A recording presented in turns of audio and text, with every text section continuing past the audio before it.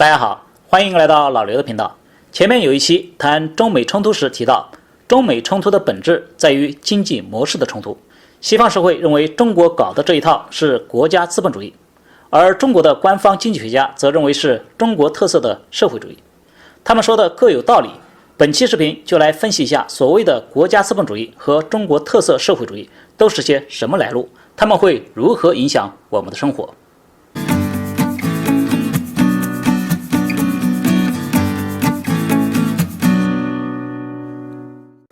要说国家资本主义的历史，就必须从19世纪德国的崛起谈起。19世纪初期，英国的工业技术革命已经全面展开，而法国大革命的浪潮也席卷欧洲。英国和法国的迅速发展，对当时还处于四分五裂状态的德意志民族造成了强烈的冲击。很多德国人希望德意志能够统一起来，建立强大的政府，保护自己的工业和贸易。代表人物就是德国经济学家弗里德里希·李斯特。李斯特提出了一整套国家资本主义的理论，用以对抗英国经济学家亚当·斯密在他的《国富论》中开创的自由市场经济理论。李斯特认为，亚当·斯密的自由市场理论是在农业和手工业技术基础上建立起来的，而在工业革命之后，一个国家的真正财富应该来自制造业，而不是商业。李斯特主张，为了民族的利益，应该用国家的力量来促进产业发展，支柱产业应该掌握在政府手里。对于科研、教育和技术，哪怕是不赚钱，国家也应该大力发展。在李斯特的国家资本主义理念的指导下，德国的政治精英开始通过政治力量来推动德意志地区各种产业的发展。地方政府的官员们纷纷充当企业家的角色，他们实施考察、评估技术，为产业发展提供充分的资金支持。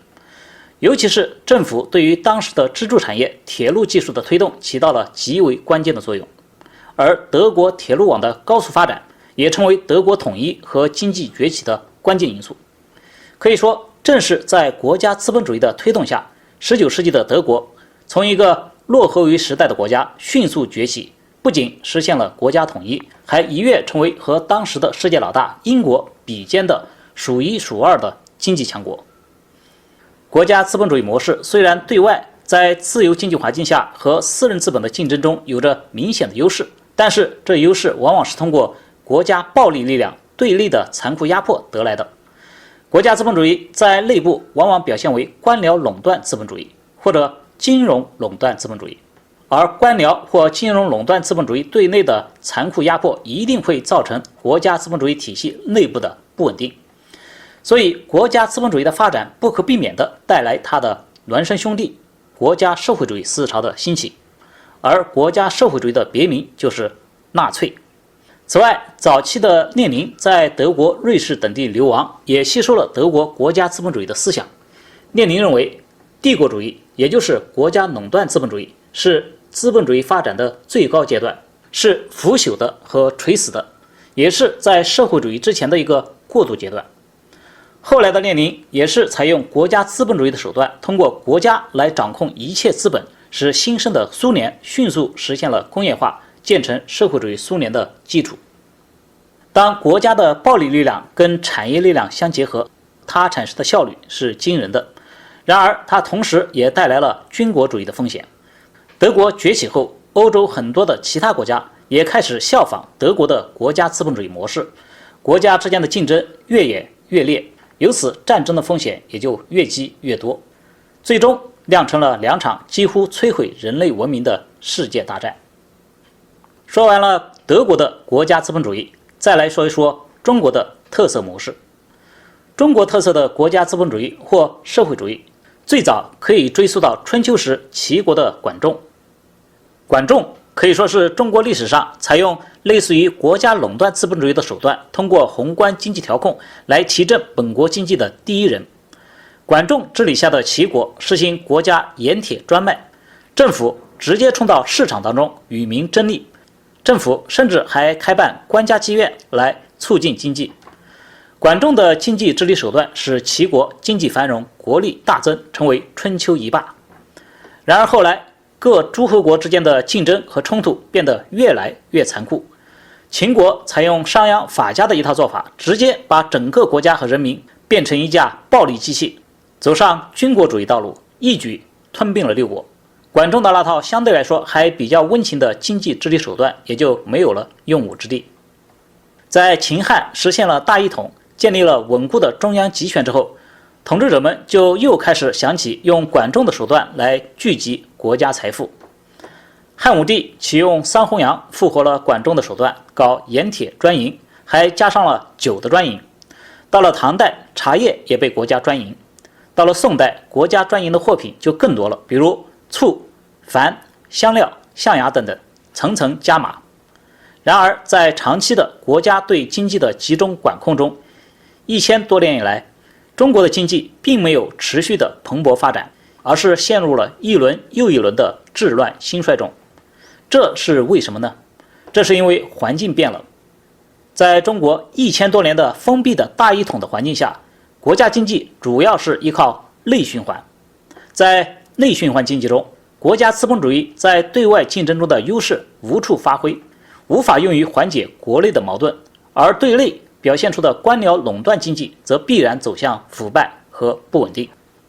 正因为如此，放眼到1000多年的中国历史当中，为了解决官僚垄断经济的内在矛盾，国家对于经济的管控总是处于一轮又一轮的不得已的放松和收紧中。官僚垄断经济不是一种有效的可持续的经济增长模式，具体的说就是一收就死，一死就放，一放就乱，乱了再收。中国的政权只要还在维持大一统的状态，国家对经济的管控就始终在放松和收紧这2种状态之间震荡。用当代中国的语言来说，放松时就是发展是硬道理，而收紧时就是稳定压倒一切。换句话说，就是国家政策始终在左右之间震荡，左是收紧，右是放松。可以说，放松和收紧之间的这种震荡，是在内循环的环境下由国家管控经济造成的内在矛盾决定的，也是中国经济制度历史的鲜明特色。比如西汉初年的文景之治就是放松的阶段，轻徭薄赋，民间拥有了财富，但是随之也带来了七国之乱。汉武帝开始收紧，结果天下疲弊，国民经济的活力整体降低，国进民退，结果就是天下再度陷入不安定。汉武帝死后只能再放开。西汉初年的这个轮回在中国后来的历史上一遍又一遍的重演。唐代也是开始放，然后地方挑战中央，安史之乱，后来再收。宋代也是这样，刚开始放，民间活力很好，到王安石变法的时候再收。30多年前中国刚改革开放的时候也是这样，国民经济到了崩溃的边缘，怎么办？只能放松，放权让利，激发各地的活力，先把国民经济搞上去再说。在中国的特色模式下，中国每一个地方的地方长官都把自己所在的地方当作公司来经营。值得一提的是，和以前不一样，中国在这一轮的放松中，同时迎来了全球化的大潮。中国的经济从内循环中走出来，成为外向型经济，而中国的特色社会主义或国家资本主义模式，在对外经济竞争中的规模优势和低成本优势也随之迸发出来，迅速地占领全球市场，创造了中国的经济奇迹。其实在此之前，以新加坡为代表的亚洲四小龙等东亚国家也都是或多或少地采用国家资本主义模式，发展外向型经济，参与全球经济竞争，实现了经济的腾飞。不同的是，这些国家的体量远远不及中国，所以他们的国家资本主义模式对全球自由市场经济的伤害也就没有那么大。在对外经济崛起的过程中，中国的特色模式同时也在中国内部集聚了大量由官僚金融垄断资本主义带来的社会经济矛盾。有一阵子，中国的上市公司的前10名有8个都是金融机构，另外2个是带有金融属性的茅台和五粮液。这充分反映了中国官僚金融垄断资本主义的畸形特征。中国的红2代、红3代们几乎全部都进入金融领域，参与对金融资本利得的分肥，而劳工工资在国家经济所得中所占的比例极低。中国经济发展的成果大量的被官僚金融垄断资本瓜分，被转移到海外，没有参与进一步产业创新的动力，